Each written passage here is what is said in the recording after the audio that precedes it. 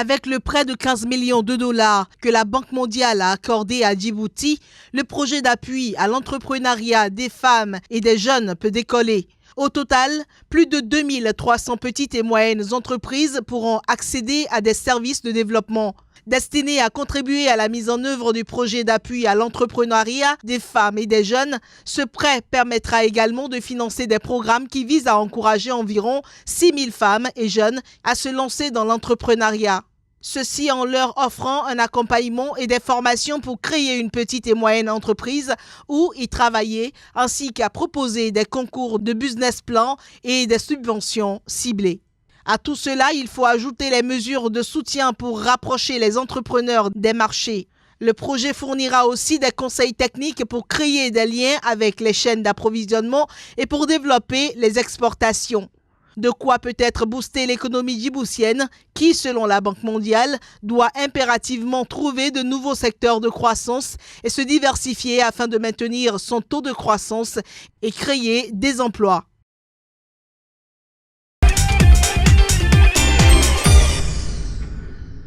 La Tunisie pourrait enregistrer une croissance économique à 2,8% en 2018.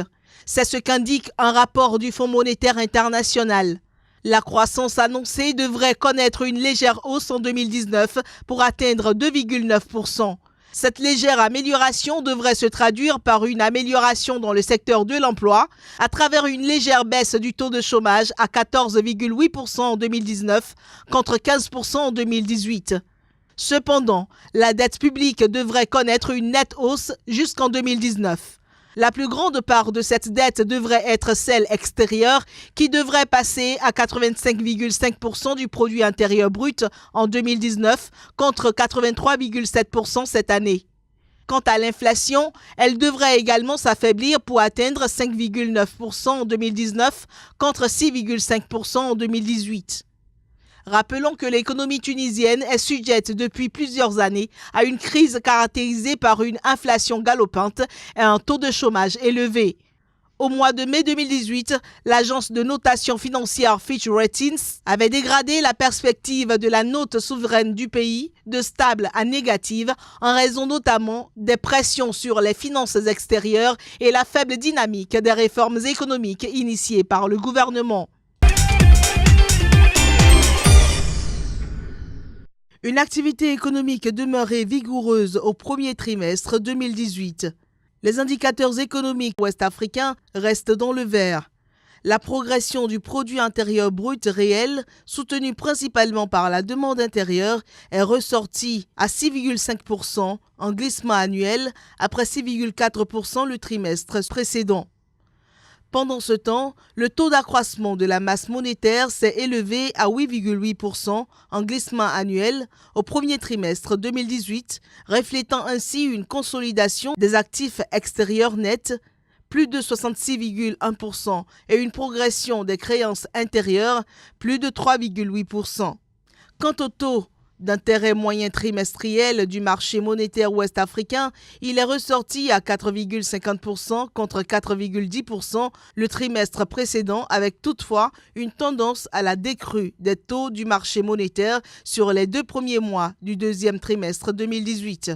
En ce qui concerne le taux d'inflation en glissement annuel, il est ressorti à 0,9% au premier trimestre 2018, stable par rapport au trimestre précédent.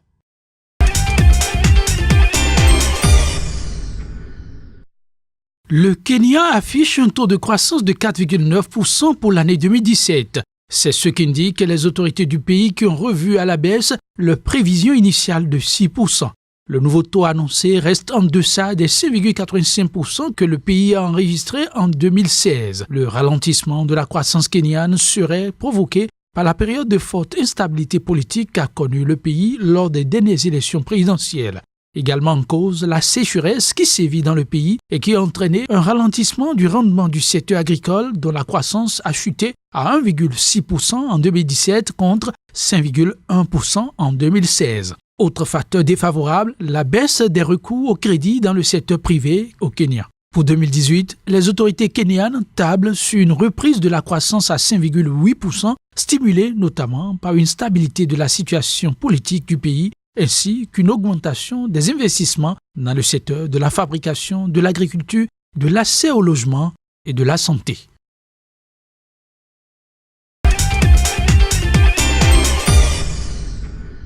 Selon une étude réalisée par le cabinet Databank Research sur la gestion de la dette publique du Ghana, la dépréciation de la monnaie ghanéenne fait courir des risques importants au programme de viabilité de la dette du pays. Cette situation s'explique par la forte exposition de la dette publique du pays aux investisseurs étrangers ainsi qu'aux fluctuations du dollar américain. En effet, la dette extérieure du Ghana représentait, à fin 2017, 53% du portefeuille total de la dette du Ghana contre 56% en 2016, tandis que la dette libellée en dollars américains représentait 65% du stock de la dette extérieure et 69% en 2016. Cette réalité dépeint également sur les obligations domestiques libellées en C10 et fortement souscrites par les investisseurs étrangers. Selon la Banque centrale du Ghana, alors qu'il s'échangeait à 4,4086 Ghana C10 pour $1 au 7 mai 2018, le C10 s'est par la suite déprécié de 0,7% à 4,4378 Ghana C10 le 7 juin dernier.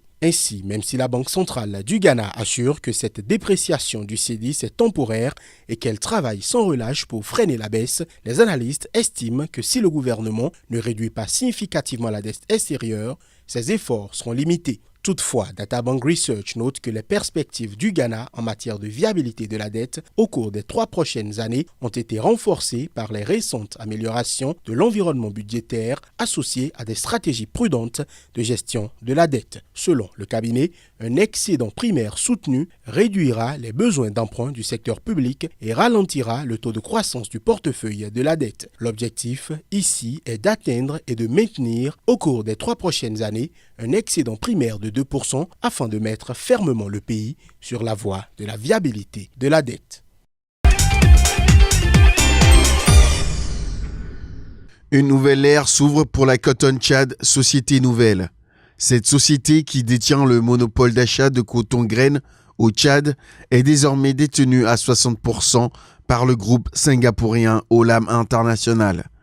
L'État tchadien a cédé la majorité de ses parts dans le cadre d'une privatisation partielle, laquelle privatisation devra permettre à la mise en œuvre d'un programme de croissance et de production de coton graines à 300 000 tonnes d'ici 2023 contre 100 000 tonnes actuellement. En outre, Olam International va assurer le financement intégral des campagnes cotonnières, réhabilitera l'usine de production d'huile de coton de Moundou, ainsi que la totalité des installations d'égrenage de la Cotton Chad Société Nouvelle. Pour sa part, l'État tchadien, qui soutenait jusqu'ici la filière en subventionnant les intrants et matériels agricoles et en se portant garant auprès des banques pour l'octroi à la Cotton Chad Société Nouvelle de crédits requis pour le financement des campagnes agricoles, peut désormais souffler. Notons que le coton est le 3e produit d'exportation du Tchad derrière le pétrole brut et le bétail. La filière procure des revenus pour 3 millions de personnes.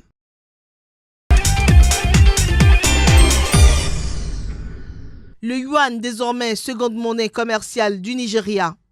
Après 2 années de négociations, le Nigeria a obtenu le quitus de la Chine pour libeller 10% de ses 33 milliards de devises dans la monnaie chinoise, Shanghai.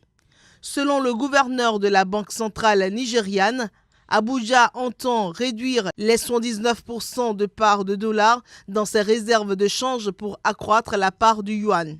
En effet, jusqu'ici, le dollar était la monnaie de prédilection du géant pétrolier africain. Mais au mois de mai, la dégradation de la note américaine par l'agence de notation Standard & Poor's avait affolé les marchés, ce qui a décidé le Nigeria à diversifier ses réserves en dehors du dollar. Pour autant, le dollar devrait continuer à représenter une part importante dans les réserves du pays. Quant aux parts de livres sterling et d'euros, elles devraient reculer pour laisser place à une part de plus en plus importante de yuan. De quoi faciliter les transactions d'investissement et de commerce aux importateurs nigérians qui pourront désormais échanger à Hong Kong et Shanghai. Avant le Nigeria, d'autres pays comme le Ghana, l'Afrique du Sud utilisent déjà le yuan dans leurs réserves et la tendance devrait s'accélérer. Déjà en mai 2018, 14 pays africains, parmi lesquels l'Angola, le Botswana, le Lesotho, la Namibie, le Rwanda et la Zambie, ont tenu une réunion à Harare, au Zimbabwe, pour étudier la possibilité d'étendre leurs réserves vers le yuan. Le Niger, désormais quatrième pays ayant ratifié l'accord de création de la zone de libre-échange continentale africaine. Niamey emboîte ainsi le pas au Ghana, au Kenya et au Rwanda qui, quelques mois plus tôt, ont posé l'acte décisif. Le document de ratification a été transmis en main propre au président de la Commission de l'Union africaine, Moussa Faki Mahamat, qui a félicité les dirigeants nigériens pour la démarche et a appelé les autres États membres qui ne l'ont pas encore fait à prendre les dispositions nécessaires afin de procéder à la ratification de l'accord de création de la zone de libre-échange continentale africaine. Un accord dont la mise en vigueur requiert encore la ratification de 18 États. En effet, cette mise en vigueur est soumise à la ratification d'au moins 22 États. Présentée comme un instrument essentiel au développement économique de l'Afrique par le biais d'une hausse du commerce intra-africain, la zone de libre-échange continentale africaine avait fait l'objet d'un accord signé par pas moins de 44 pays en mars dernier au sommet extraordinaire de l'Union africaine à Kigali, au Rwanda. Mais en dehors de ceux qui s'étaient abstenus de signer l'accord dans la capitale rwandaise, il y a aussi certains pays qui l'avaient signé mais hésitent à le ratifier parce que n'ayant pas encore finalisé leur consultation à l'échelle nationale. Autre instrument en attente d'être signé et ratifié au sein des pays membres de l'Union africaine, le protocole relatif à la libre circulation des personnes, aux droits de séjour et aux droits d'établissement. Au total, 31 États membres ont signé ce protocole dont l'entrée en vigueur est soumise à 15 ratifications. D'autres signatures sont attendues d'ici le mois de juillet où l'Union africaine va tenir un sommet en Mauritanie.